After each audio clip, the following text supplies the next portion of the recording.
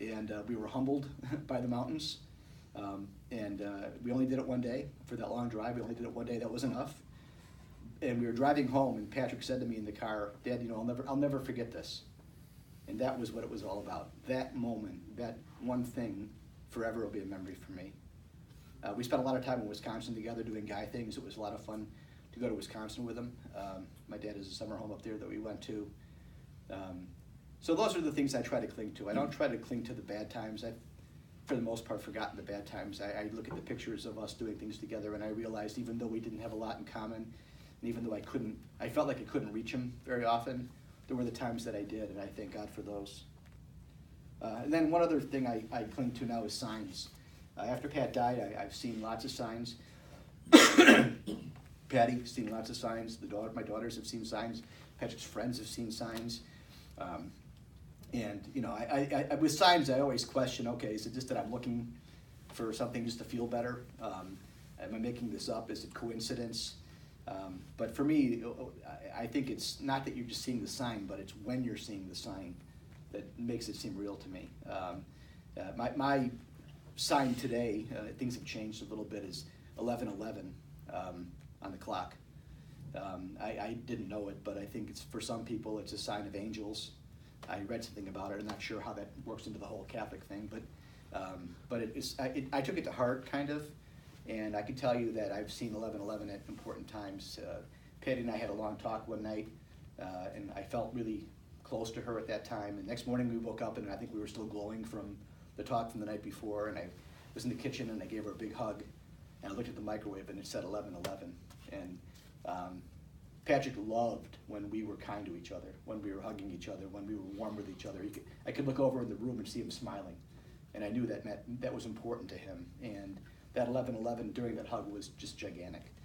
When I went to Wisconsin the first time without Patrick to do some of the guy things that I did when he was with me, I didn't know if I could do some of them. And I was on my way to one place, and I was talking to Patrick, thinking about him, and I don't know how I'm going to do this, Pat. You're my wingman. You're not here with me. Looked at the clock, 11:11. Go, Dad, do it. I'm with you. So I'm going to cling to those for a while. I think the big tool for me is love. I think if there's any message that is important, we've got to love each other more, and we've got to. If you love, everything else falls into place.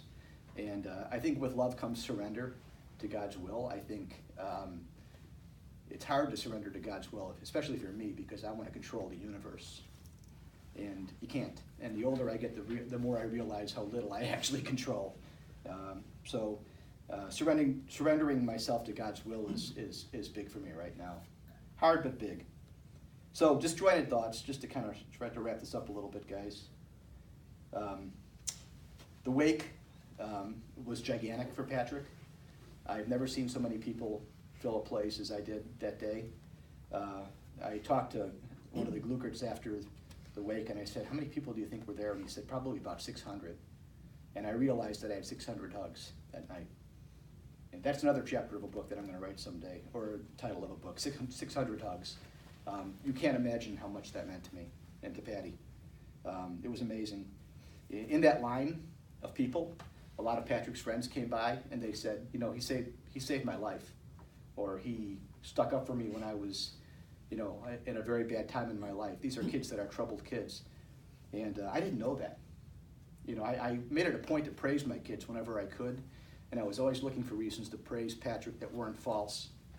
And had I known that, I would have praised him every day. Be aware of what your kids do and what they don't tell you about. There's a lot of good things in there too, besides bad things. The end of the line were two nice kids from his middle school that I hadn't seen in years, and I kind of forgot who they were. They grew up. And one of them introduced himself as Angel. And the other kid said my middle name is Angel. And I realized at the end of that line were two angels. That's a sign. That's a real sign. They went up to the casket to pray for Pat. They came back, tears rolling down their eyes, gave us a hug. And I realized that was important. That was significant. It wasn't coincidence that two angels were at the end of that line. Good advice has helped me along the way. I've got a fraternity brother who lost his daughter tragically. Her name was Lizzie. She went to St. Mary's of Notre Dame. and she tragically died a similar fate. And Tom was at the wake, he was at the wake, and he said, "I want to talk to you. I want to keep in touch with you." And I hadn't talked to him very much since we graduated. And later we talked, and he said, what you feel is a profound sense of sadness, a profound sadness. And I just thought that was a really dignified way to say what he was feeling, and that stuck with me. Profound sadness. This is what I will probably have for the rest of my life. It's not crippling. It's just there. The other thing he said, and Deacon Don kind of touched on it, was he said people are going to say you got to move on, or are you moving on? And you don't move on from something like this. What happened. It's there forever, but you move forward, and it's a step at a time. You put your right foot, your left foot, your right foot, your left foot, and you move forward. And you walk. Maybe then you run later on, but we're walking right now. And then another bit of advice that I got from Terry Mitchell, God bless her, was don't feel guilty when you're happy. You're gonna feel happy sometimes, and when you're feeling happy, feel happy, and don't feel bad about it. I thought, yeah, that makes sense. And there have been times where I've kind of been on the fence, and I remember Terry's words, and it helps a lot. Perish. The funeral, we couldn't do a traditional eulogy. I didn't even know if we were going to do a eulogy. My daughters were kind of up in the air on it. And I was in my favorite thinking place, which is the shower, too much information in the morning. Singing eloquently, no. And I was thinking deep thoughts. And it struck me that what I wanted to hear was that Patrick was okay, that he's in heaven, he's great. And with suicide, it's tough because you don't know, based on old Catholic teaching, it's changing. But I wanted to know he's there. I wanted to know he made it to the promised land. And so the thought struck me, why don't I have a letter from heaven from Patrick? And so went upstairs and I wrote my letter from heaven at the dining room table in one sitting. Done. God's fingers were typing for me, or God was working through my fingers. And then I told the girls I had written this, and do you want to see it? And they looked at it and they said, yeah, we want to do this. But it stinks, Dad. We got to fix it. So they didn't say it stinks, but they wanted to add some things, take some things out, because they were going to deliver it, and it had to be right for them, and I understood. So we sat together as a family, and we redid it. And my daughters, God bless them, stood up and delivered that eulogy with their aunts behind them in case they were going to fall, and they didn't. And it was moving. It was moving for me to listen to that and to know what that meant to us. We had a lot of comments on the eulogy afterwards. Father Corey's homily was outstanding. As we were walking out of the church, I think the last song was Lord of the Dance. And it's hard to walk out of the church behind the coffin of your son. And my wife was trying to hold it together and just sobbing. I could see her shoulders, and my daughters were tears. And we got out the doors, and Lord of the Dance is still playing in the background. And I said to Patty, I leaned over and I said, you know what Patrick would do right now if he could get out of that box? He would do this. Because he would make everybody, he always did a funny dance, and he would not want people to be crying. And he would do his Patrick dance, Elaine from Seinfeld. Picture that. That was Patrick. And Patty smiled, and the tears stopped. And then, of course, the bagpipes started. Oh, God, I'm Irish. You say the word bagpipes and I cry. And the bells were ringing, and they took Patrick away. And I just realized that was a great send-off. That was a great send-off for the kid. And I felt really proud that we did what we did, and I was so thankful for everything that happened in that Mass. Ryan Wolf's singing was fantastic.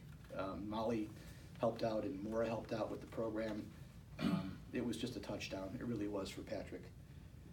Almost there, guys. Doubt. One thing that still troubles me is doubt. Despite my faith, if you think it's that strong, it's not. There's still 1 or 2% that, is Patrick in heaven? I gotta know he's in heaven. Patty says, stop thinking like that. Everyone that talks to me says, stop thinking like that. But I still have some doubt. My mom told me once that, your job as a parent is to get your kid to the promised land. All your kids and your wife. That's your job.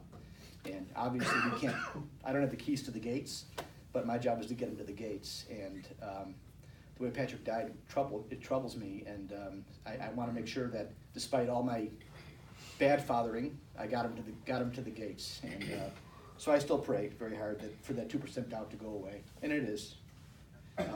The other thing is, life is not a dress rehearsal.